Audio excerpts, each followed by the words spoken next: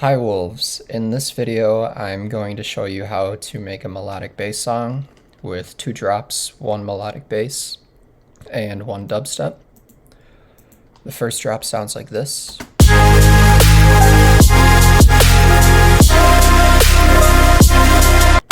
Second drop sounds like this.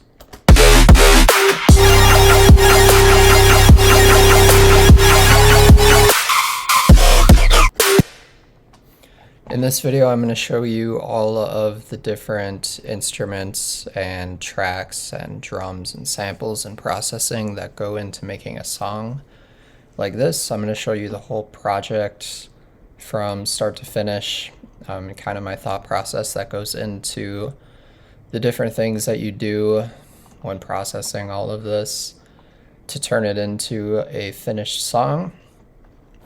If you enjoyed this video, make sure to like and subscribe. I will put a link to stream the finished version of the song in the description. If you want to check that out, you can. But for now, let's just get into it, starting with the intro. The intro sounds like this.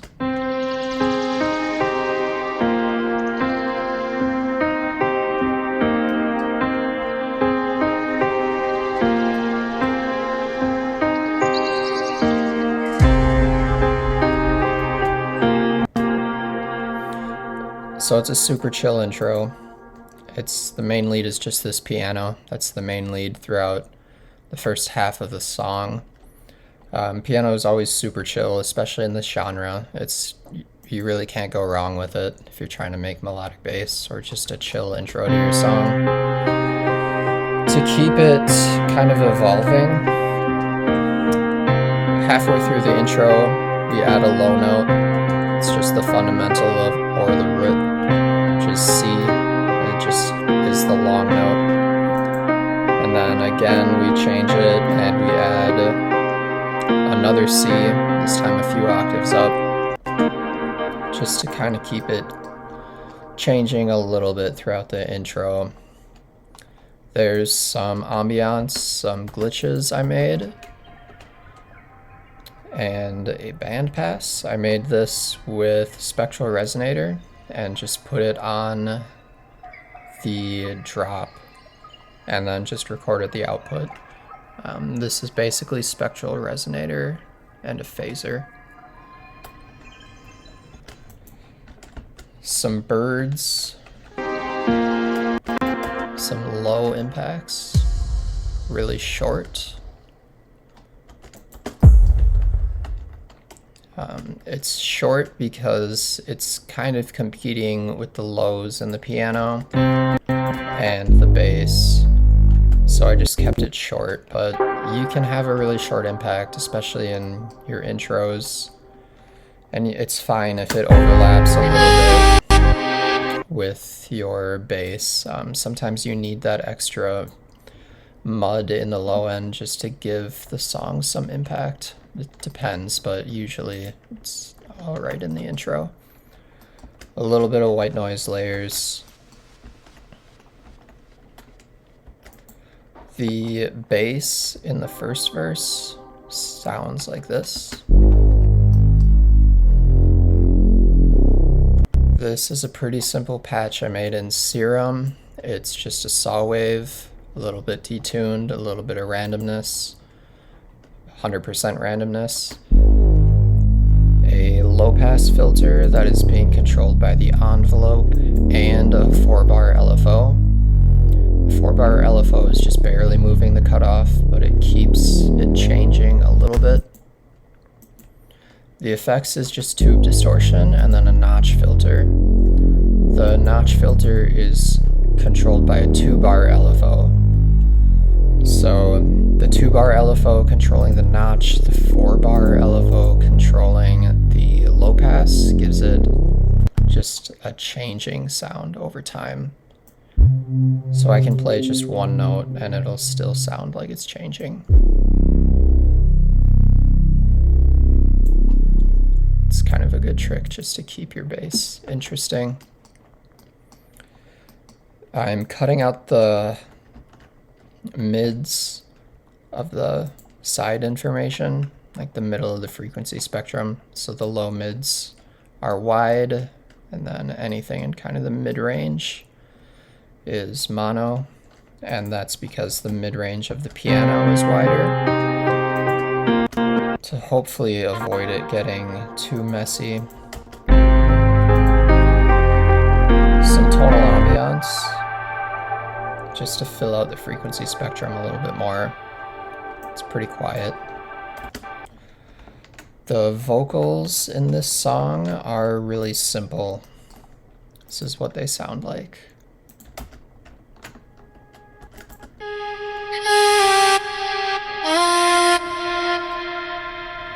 So all of the vocals in this song is just these 4 notes being sung.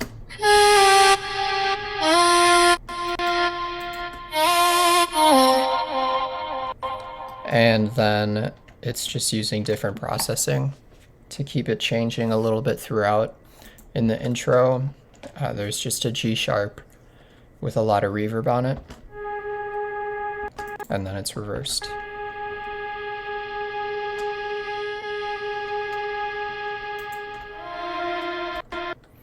And then that just plays with the main vocal, which is this.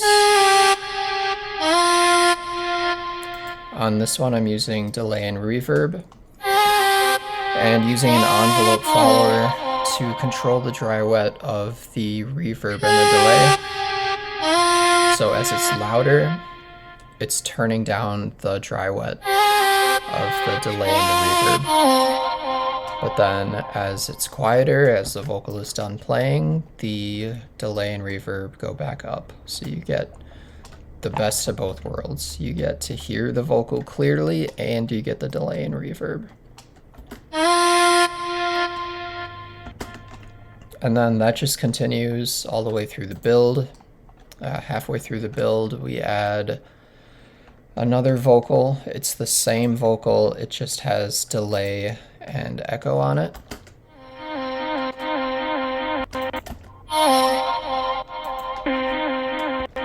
Then that plays for the build. At the start of the build, some drums.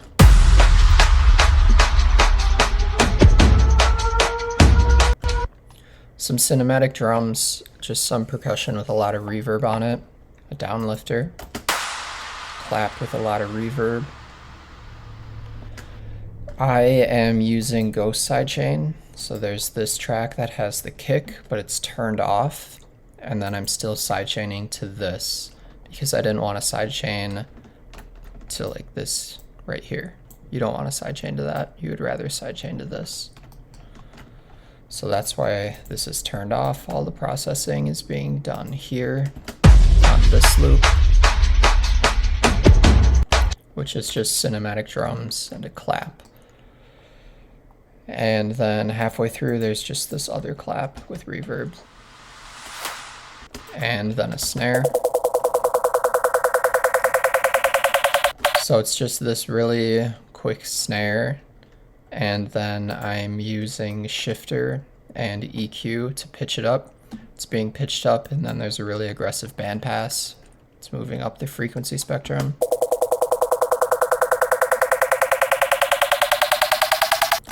It sounds really cool, especially for a build. This is able to cut through the mix really easily, which is always good when it sounds good and it actually works in the song. That's why I end up using that so much. There's an alarm riser that plays in the first half of the build, and then another riser that plays in the second half. This is the vocal again, just with a lot of delay and flanger, with a lot of feedback, and then the volume is just being turned up.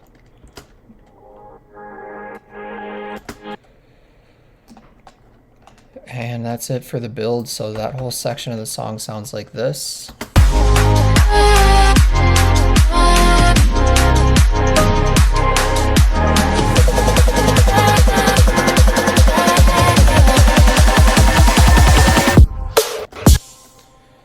There is also this pluck, I forgot to mention that.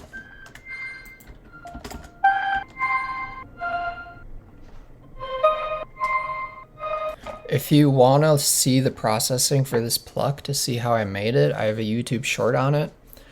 It's called How to Make a Chill Pluck, and that's where I'll actually show how to make this in Serum. It's not too complicated, but I don't have Serum in front of me right now with this, so I can't tell you how I made this exactly. But if you want to watch the YouTube short, you can see how I made it there. This plays throughout the build. This is the same thing that plays during the drop, just to kind of tease the melody a little bit. And then we go into the first drop. It sounds like this.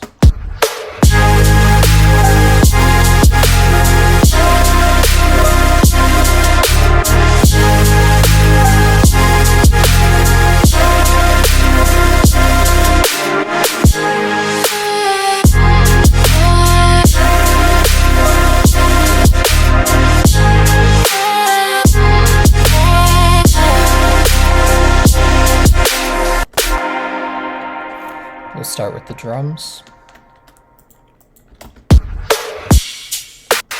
Starts out with just a kick for the pre-drop, and then a snare. This is actually a pretty important part of the song. Just this little tiny section here. In a lot of electronic music, it's good to get this part right because it kind of sets the tone for what kind of song is it going to be. Is it going to be chill, energetic, deep? Is it going to be dubstep, trap music, experimental? I think it's a pretty good snare to use. I like to put a kick here just to give everything something to sidechain to, so that everything is kind of building up, and then you get that one final cut right here instead of just it being silent. That's why that kick is there.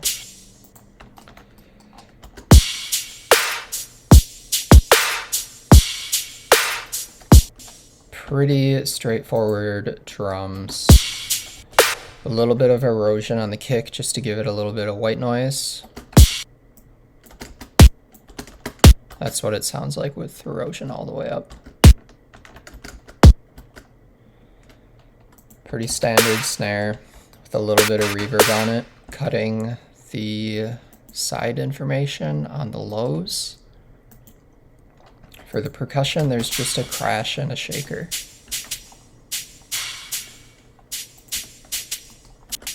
This is a pretty good rhythm to use for melodic bass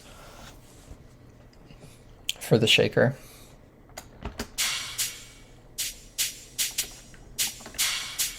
It's really nothing special here though. I don't know what else to tell you. This is the percussion. It's literally just a crash and a shaker. It has reverb on it. That's pretty much it. Pretty standard drums. The bass sounds like this. This I made in Serum. It's the evolution wavetable. If you go into Serum and you look at the wavetables and you go to digital, you'll see evolution there. It's just that wavetable, and then I think the wavetable position is at like 25%. I'm pretty sure it's something like that. You can look at this EQ. You can see the fundamental and then this one are both really loud. Like a lot of the times you would have this harmonic be a lot lower, and you would have your fundamental be like significantly louder. But this song is in the key of C, so we need these other harmonics to be loud, or else you're not going to hear the bass. I think I did a pretty good job of making the bass loud even though we're in C though. And the reason I use this wavetable is because I know that this one sounds good at D sharp. This is originally when I made this bass, it was D sharp. And it's loud enough that you can bring it down to C and you can still hear it. Which a lot of basses, you're not even going to hear them. If you're playing them at C0, they're just too low. you're only going to be hearing the harmonics that are around 100. So yeah, a lot of people would tell you that making a song in the key of C minor, especially if you're actually playing C minor with your bass, that's too low. And yeah, that's true. I think it worked out pretty well in this song though. I didn't want to make a song in the key of D sharp again. I don't know. I didn't have any other reason for using this as the key. I could have picked any other key. You could just move all of these up in the piano roll, but I didn't want to. I wanted to make this song in C.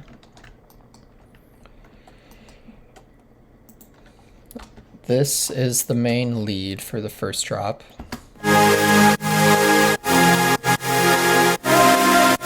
It's a supersaw layered with that main vocal with a lot of reverb. I have a YouTube short showing exactly how I made this, making it from scratch in Serum, layering the vocal, the processing that goes into both of those. It's called Supersaw Tutorial. If you look at my YouTube shorts, you'll find it. I don't have the preset in here because it just takes too much processing power to keep that in here and keep it running. It's too much. There's like so much detuning in that supersaw, and there's just so much processing that goes into that I had to flatten it.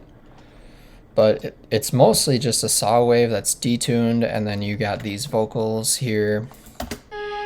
It's literally just that playing with the supersaw. But I do have some processing here that I can show you. There's a shelf that's cutting some of the highs at the start of the note. And that's because the song is really loud and it's distorting so much that you can really hear way too much in the high end.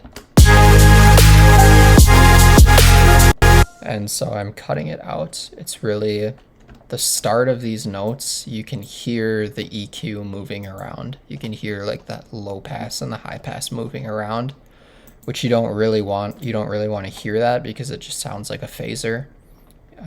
You kind of just want to hear the good parts of the sound. You don't really want to hear the phasery sound.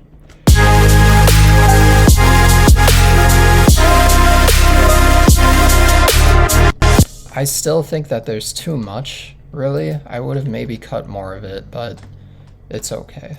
It's all right. It's not perfect, but it's not terrible.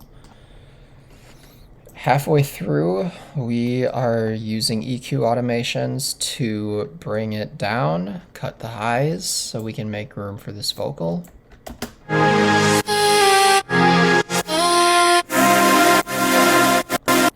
And then we're also having the reverb turn up here afterwards.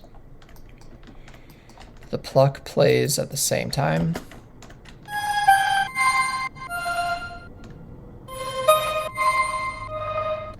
And the pluck is playing this melody from the intro, from the piano.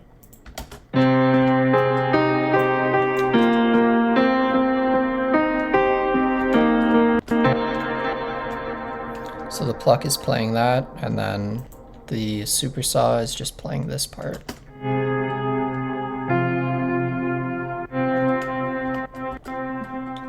Yeah, that's basically the melody. And that's it for the drop. As we transition out of the first drop, we go straight into the build-up for the second drop. I'll just play that for you.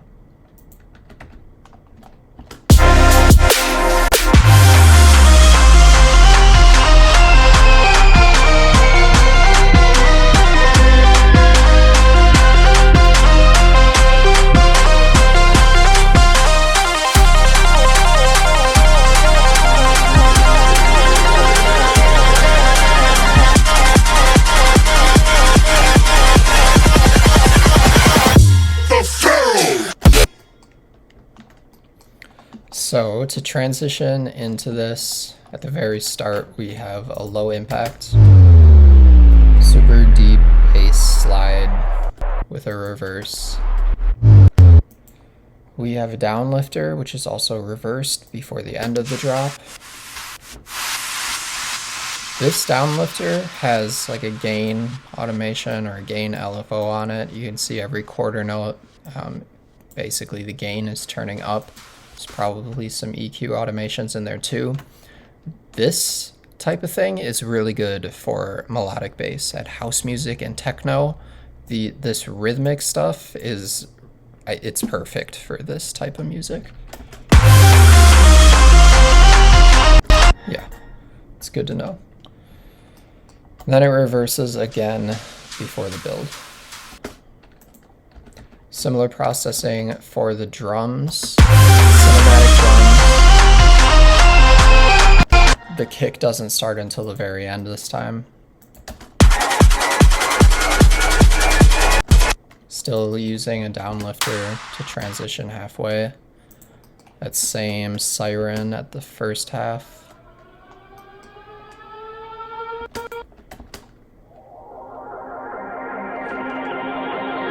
And then a riser that I made out of the drop. You can hear that harp.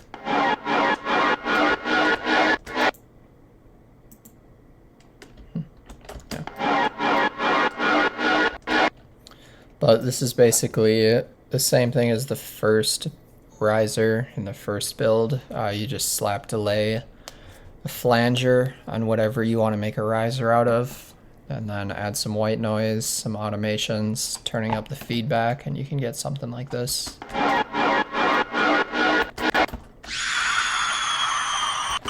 A white noise downlifter, and then it's reversed.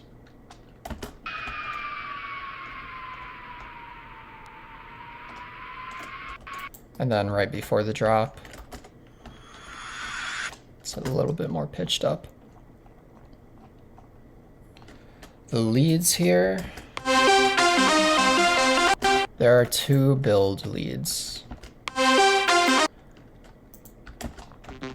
Another one is the same thing, but it's playing a slightly different melody. This one is just playing the root note and then up 7 semitones. This one is really quiet, but it's a good trick in melodic bass to have like this low pass pluck. Yeah, it adds some nice variation. And then for the second half of the build, it is sped up a lot.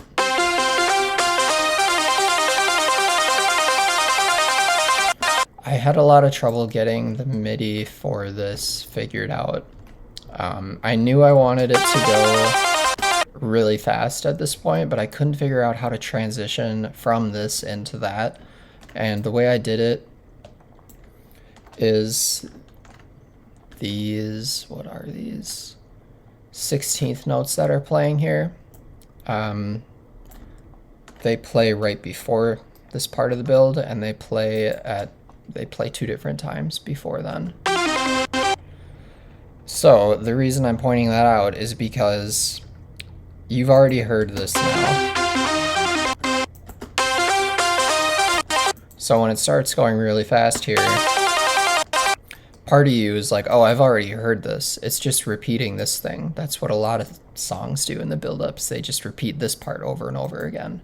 So I was able to kind of make it work like that. There's another ARP playing the same thing.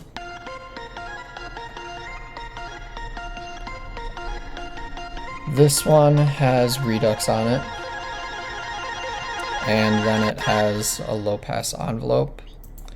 In Ableton, you can use envelope MIDI to map an envelope. So I can say I want 1 millisecond of attack, 24 millisecond decay, 24 millisecond release, and then I map that to this macro, and then this macro is just controlling the low pass cutoff, and I can change all of the settings here for where I want it to be.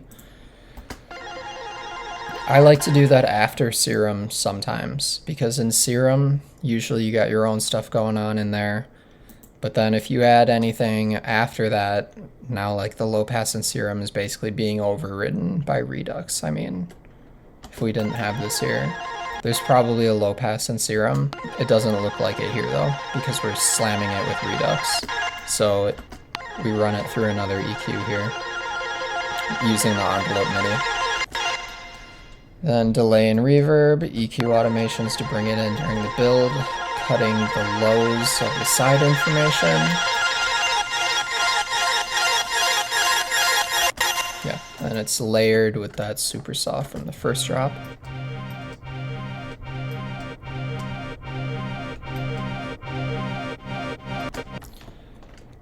Yep.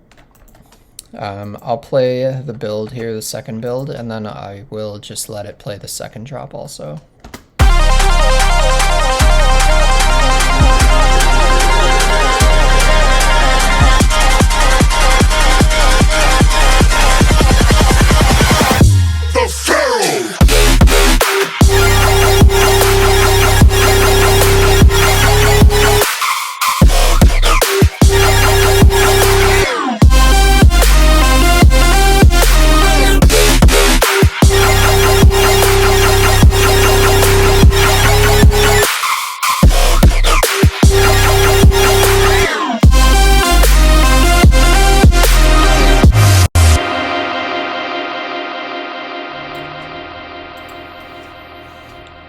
For this one, it's the same drums pretty much.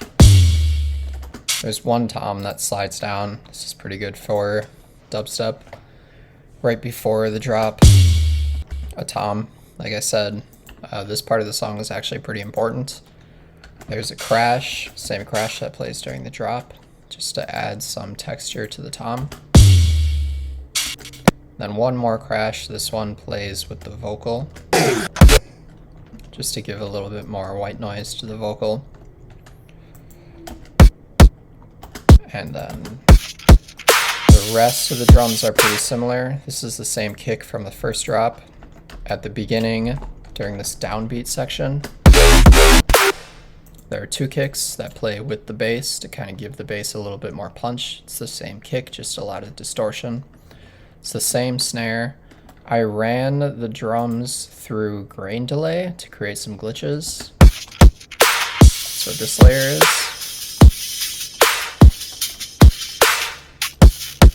And I'm kind of using that instead of the shaker from the first drop. But that's pretty much it for the drums. It's just these two kicks on the downbeat that are the main difference, and that's really just a difference in the kick pattern. The rest of it is really similar. For the bass group,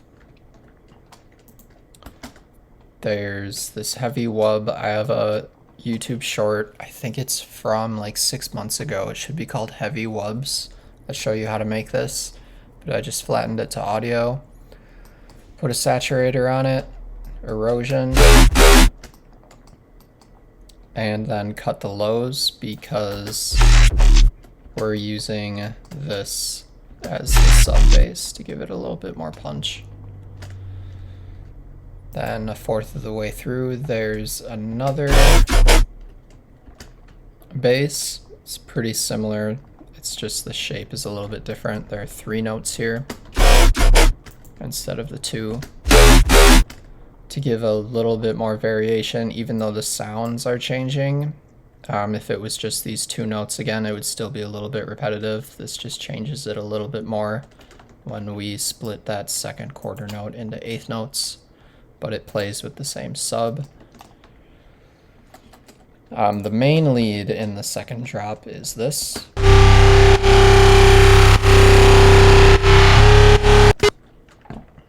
And this is that same evolution wavetable playing C. And a sine wave. Sine wave is also playing C, it's just 3 octaves up. That's all that's on this one. The reason it sounds like this is because it's going through Redux. So there's 3 reduxes here. First, we turn the bit depth down to 6. We turn the sample rate to around 9,000. And then we turn the bits down again, down to 2. So here's what it sounds like without. We add the bit depth, sample rate, bit depth again, and then a phaser to give it some width. The important thing, you can copy these settings and it will work, but you can do a low pass before the redux. You can do this with all distortion, but you'll see why I do it with redux here. When you move this,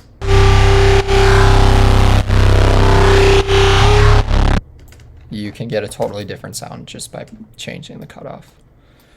Goes through phaser for more width, a little bit of EQing to bring out this harmonic at 100, because this still is in C, and so we still want the bass to seem powerful without being too deep, and so we just bring up this harmonic really. And then an auto filter to cut some of the very highs, because that's just how redux and downsampling works. It just creates a bunch of noise in the high end, and so I just take that off a little bit so we can hear everything else in the song that's here, specifically the arp and the percussion that plays at the same point here. This is that bass group here, just recorded to audio, kind of like the rinky-dink version. Yeah, just like a little bit of a taste of what you're about to hear. I don't think most people really even notice that's what it is. It's kind of hard to even hear it, but it's kind of like a little bit of foreshadowing. There's a separate sub that plays right before the halfway point, because it's playing with this other arp that I'll get to in a minute here. The other main lead of this song is this arp, of this drop at least. And that's layered with this supersaw. So the supersaw is really quiet. It's really just there to fill out the frequency spectrum. We're cutting the highs to make room for this arp.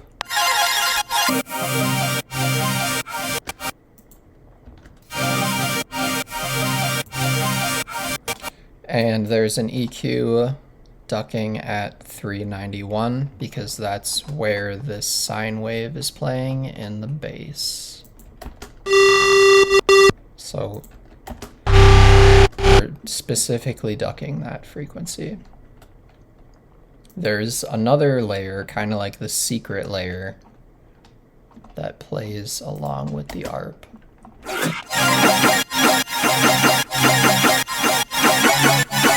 It is this womp.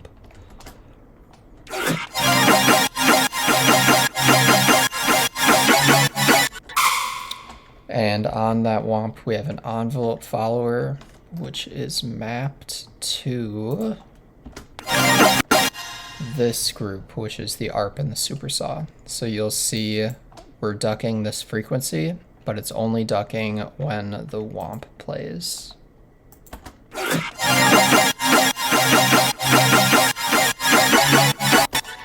For dubstep, I like to use this stuff a lot, using an envelope follower to cut a specific frequency, but only cutting it when you need to. It's a good way to clean your drops up a lot, especially in a drop like this when you got so much going on. I mean, there's 3 layers here, and this is like just the top half of the leads, and these aren't even nearly as loud as the bass, and there's already 3 things in here. Realistically, this takes up the entire frequency spectrum, so I'm not even really ducking it that much. Like, I could probably justify ducking this a lot more than like 6 decibels on the EQ at this place, but it ended up working out. I don't think it sounds too muddy. It's not perfectly mixed, but you can hear all parts of it in here, which is really what matters. I mean, everyone will tell you if it sounds good, but I never know if it actually sounds good or if I'm just imagining it, so I go a little bit out of my way to clean it up whenever I can. There's this tear out lead. That's probably my favorite part of this song. Super trappy.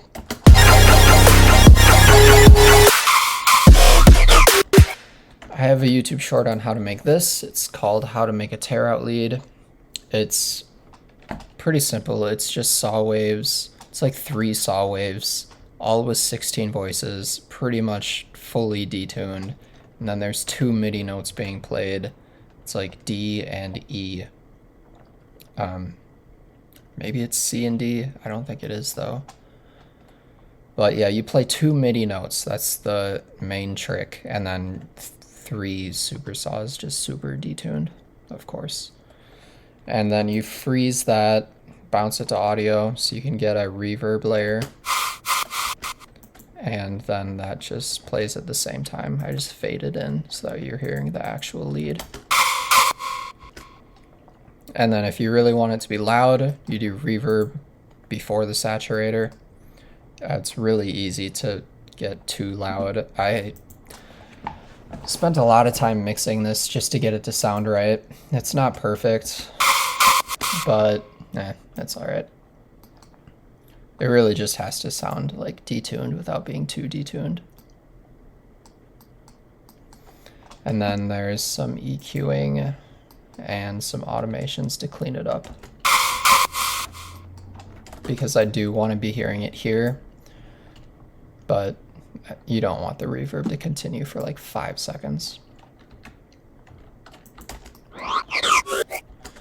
Some glitches that I made with phaser, just recording this entire drop group and then running it through a phaser, recording that and then running that through a phaser, and then running that through some filters, just some EQing. Then as we transition into the second half of the drop, you hear this. That's the supersaw from the first drop, and then it's sliding down 1 semitone. And that plays at the same time as this lead. This is the same lead that is playing during the second build-up, so it's a little bit familiar. Hopefully when you hear this, part of you realizes, oh, I've heard this before, so it's not like completely random out of nowhere. I struggled a lot to get this MIDI to sound right. I don't know if this is really the right MIDI pattern to be using, but whatever. At the very end, I recorded it so that we can slide it down. You can do that in Serum too, but it's just so much easier to do that when it's in audio, because that is sliding down along with this.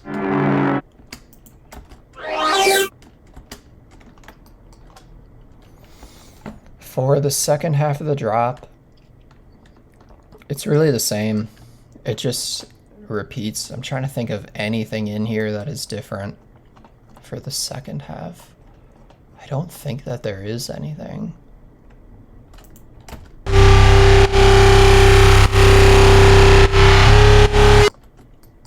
Maybe there is and I'm forgetting what it is.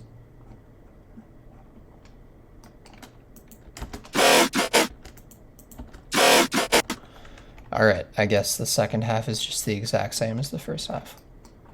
That's alright. And we transition out of the drop. It sounds like this.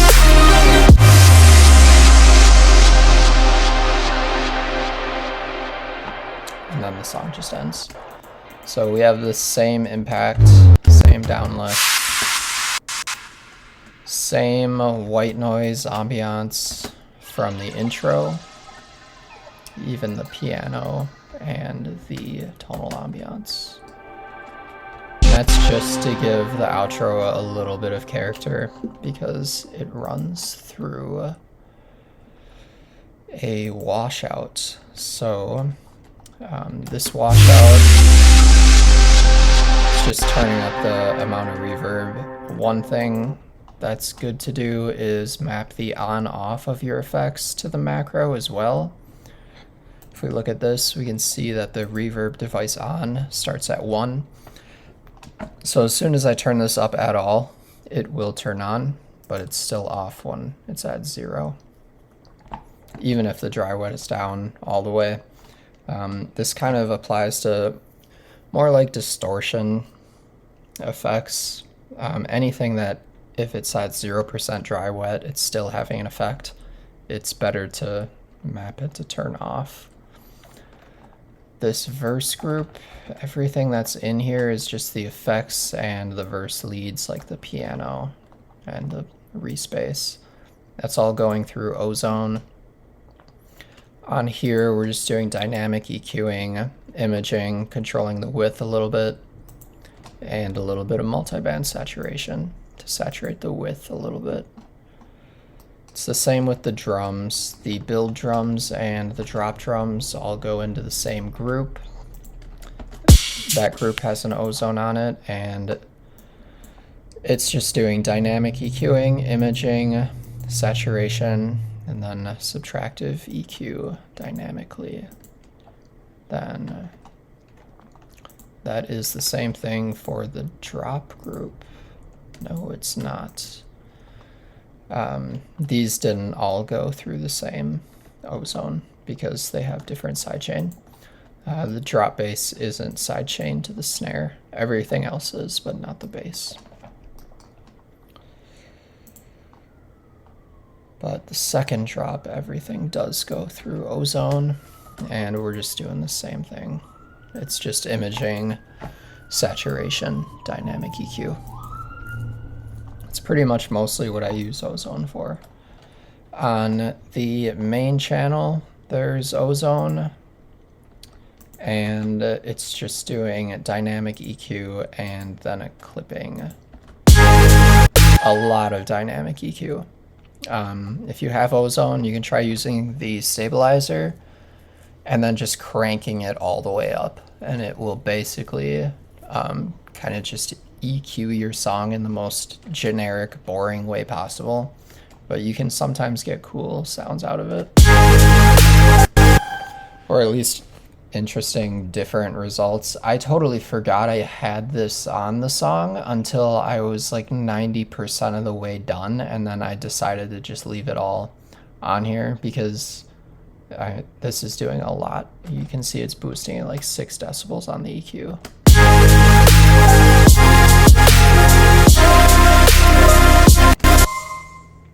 So yeah, maybe that's too much, but I left it on there anyways. I have a maximizer on here just to do some clipping to make it loud. When I export the final version, I don't have this on there. I just put it on there because this is what the final version sounds like, and I wanted you to hear that instead of without the clipper. It's a little bit different. It's mostly quieter. This is doing a lot of heavy lifting though.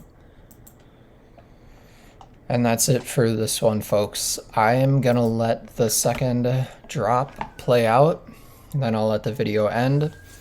Once again, I will put a link to stream the final version of the song in the description if you want to check that out. But yeah, that's it for this one. Hopefully you learned something from this. Hopefully you enjoyed the video. If there's anything I missed, if there's anything you want me to make another video on, let me know in the comments. For now, I'm just gonna let this one play out. Peace out, y'all.